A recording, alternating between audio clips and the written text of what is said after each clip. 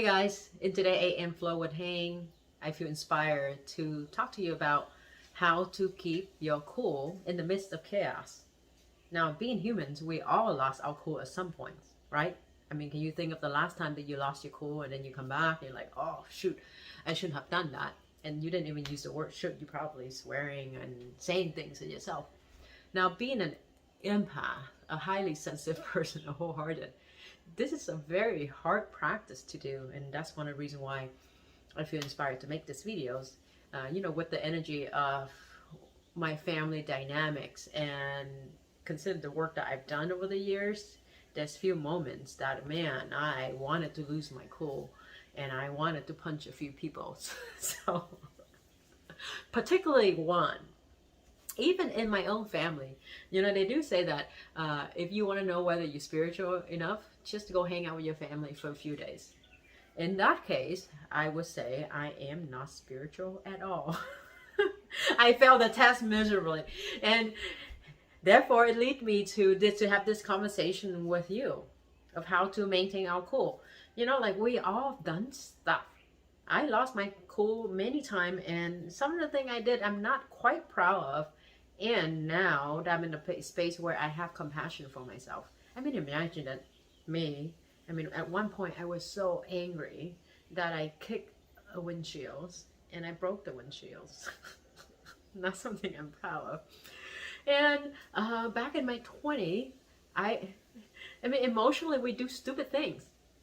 I have a raw surgery, like a fresh cast on my foot, and I was so angry at my ex that I would kick the wall with my fresh cut foot. So, can you relate how many times that you got so emotional you end up doing things that hurting you and hurting people that you love unintentionally? Yeah, I'm guilty. And just for that, I feel qualified to stand here and share with you. That's pretty much the only qualification I have right now to share with you this conversations. In addition to what I've done over the years and the work that I've done and helping others to ground themselves, to be centered in all of it. Am I successful at my teaching now? No. Just like the last few weeks, I want to punch someone. That's the fact. I did, but I felt it. My younger self, I would have gone for it. But anyway, so how do we keep our cool, right? And I think it's important. It's important to understand that the emotional reaction that you experience, the emotional reactions, the intensity that you feel is influenced by two things. One is some unresolved energy, the past that you haven't dealt with.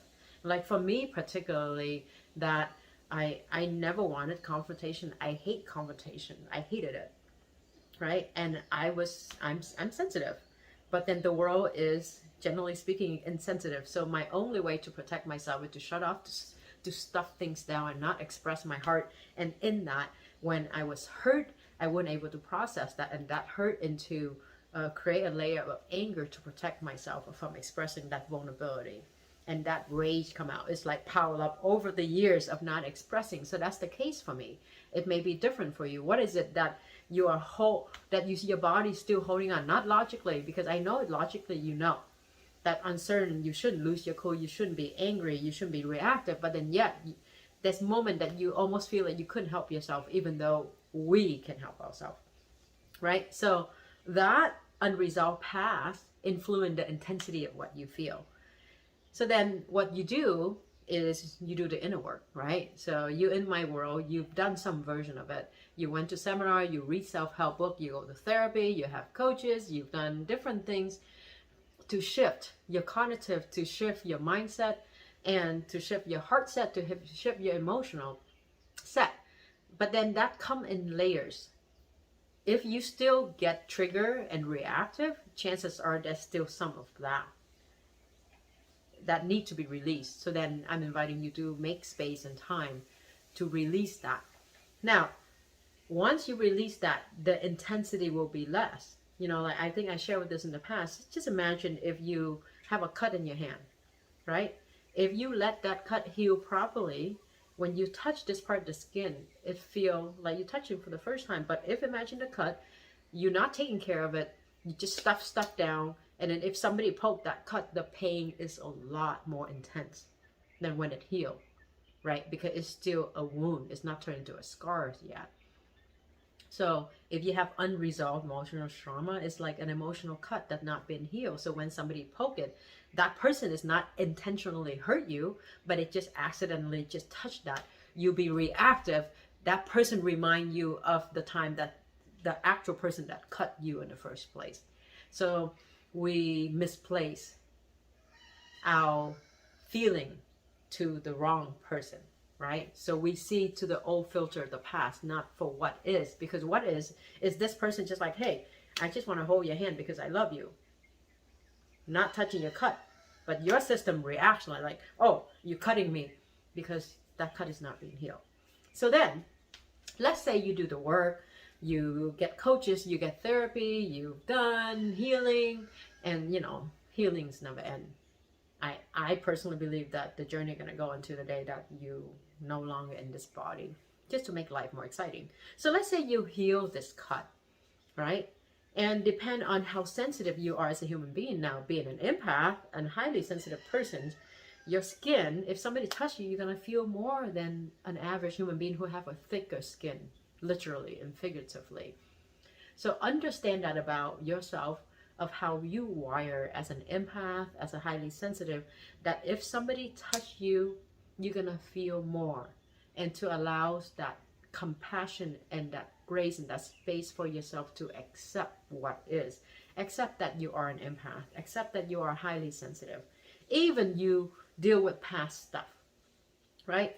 And if, let's say, you heal this wound and then you play the game of life, you fall in love, as if you climb the tree and you fall off, it's going to hurt. And being an empath is going to hurt a lot more when you are so connected in yourself. That's just the way it is. So to have the grace to give yourself that acceptance is one of the greatest gifts you can give yourself. And it's hard to come to acceptance on certain things. Like for me particularly, I had a really hard time accepting that I am an empath, because I judge sensitivity. I judge people who cry, because that's what the world I grew up in, right? I shut my heart off very early on. So I knew how to thrive in my ego. I knew how to drive in anger. I didn't know how to drive in vulnerability and love. And it took me a long time to discover that part of myself and try to come center where I'm at, to be able to ground in the center in my empathic self, to come out as an empath. It's harder to come out as an empath than come out as bisexual or gay or straight. Honestly, my sexuality, it was easier to come out than to come out as an empath, right? But that's relative to me. And for you, that may be different. To be authentic of a part of yourself that you may have not come to terms with. It's not about the world, it's about you. Because once you accept yourself, you won't care about what the world thinks too much. But if you judge yourself, if you so hard on yourself, you're going to be sensitive to the world judgment. And being empathic, we tend to judge ourselves first. Get up to ourselves first before the world get to you. Because when somebody judge you, it's painful. Because you feel deeply. You feel a lot more than a normal person would. And I'm speaking directly to you, a wholehearted human being, a highly sensitive person, and an empath. And if you're not, and you're watching these videos, then maybe you have a little more compassion of those around you love, that who are empathic and who are sensitive, just to give you a sense of that, to be more mindful of how that person's wiring. So either way, I think it's be helpful to know, right? For me personally, because I was so damn stubborn. So then life, God, however you believe it, put me in situation to force me to be humble, to force me to accept who I am. Otherwise, I will fight my way out. I'm like, there's no freaking way I would say that I'm an empath. There's no freaking way that I'm bisexual or gay or straight, whatever. I would judge harshly for all the boxes, right? And what it is, it just is. And once you can give yourself the grace to just be you, there's so much liberation and freedom within yourself.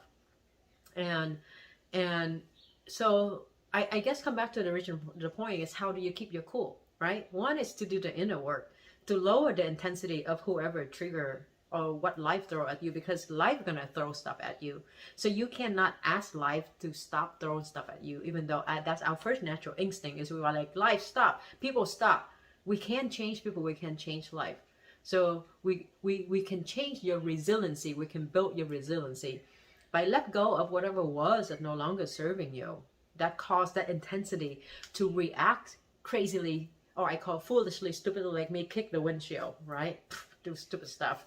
And that's the judgment, but that's what it was. And to have the grace and compassion for yourself of whatever that you did, because that's what you know. You know, I used to judge myself so harshly for the thing I did, couldn't forgive myself. And it's a process to get there. When you remove those layers, it's easy to come to acceptance of who you are, acceptance of how you wire. And then from that acceptance, you can build your resiliency. Just know that, okay, I'm sensitive to this, so I'm going to build up my skin. I'm going to do things to help me instead of expecting me to be like the world. The world going to be the world. You going to be you. So accept you as you are and accept the world as the world is. We can change that. You can change how you show up in the moment in front of you, and that changed the quality. That changed you not flipping out. That's how you can maintain your cool. And in the midst of it, the best thing you can do in the midst of it is to, instead of want to exert that painful energy on the person across from you, because when we hurt, we want to project that hurt, we want to punch that person right away, right? The practice is to deliberately embrace that discomfort that you feel in a moment, that trigger, and sit through it. And if it's too much, you can remove yourself, say, you know what, we got to table it, and then come back when you're more calm.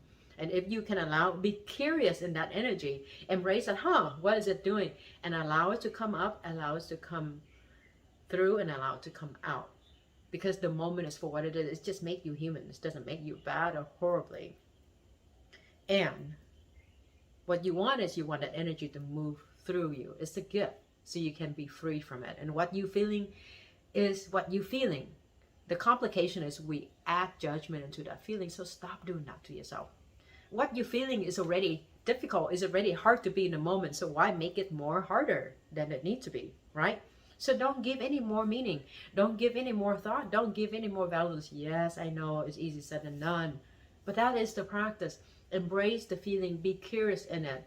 Instead of want to respond to the person, want to punch the person, just sit and be curious in that energy. What else do I have in me that want to be free? So I'm going to give it a chance by take a step back, release, relax, and let go. And that's how you can keep your cool. Will you be successful at it? I have no idea. You know, I mean, I'm sitting in love framework almost every day, and like I tell you, transparent. Like just 3 weeks ago, I wanted to punch someone, even though I didn't, but I felt that rage, and I just practiced the same thing I'm sharing with you right now. Will I be successful not punching that person or someone in the future? No idea. But we can only do the best we can in the given moment, and give yourself that grace, compassion, that you show up wholeheartedly. And this is what I believe, to wrap this up, is that, you know, life is about the moment in front of you. You cannot lose the game of life when you show up in each moment wholeheartedly with everything that you've got, regardless of the temporary outcome in front of you. Every moment in front of you is uniquely for you, and is for you, is serve your highest good. So with that, that's how I want to connect with you today. If you feel this is helpful for someone who's highly sensitive or empathic, or someone who would be, you know, benefit from understanding this perspective, you can share this video with them as your authentic moments. And if you haven't already, subscribe to the channel and set on notification, and we'll send you the next video when it's my AM. Thank you for being here in my world. Thank you for listening. And then share in the comments of what landed for you today. And from that, what are you going to do moving forward? Thank you so much for participating and engaging and involving and being in my community. Appreciating you.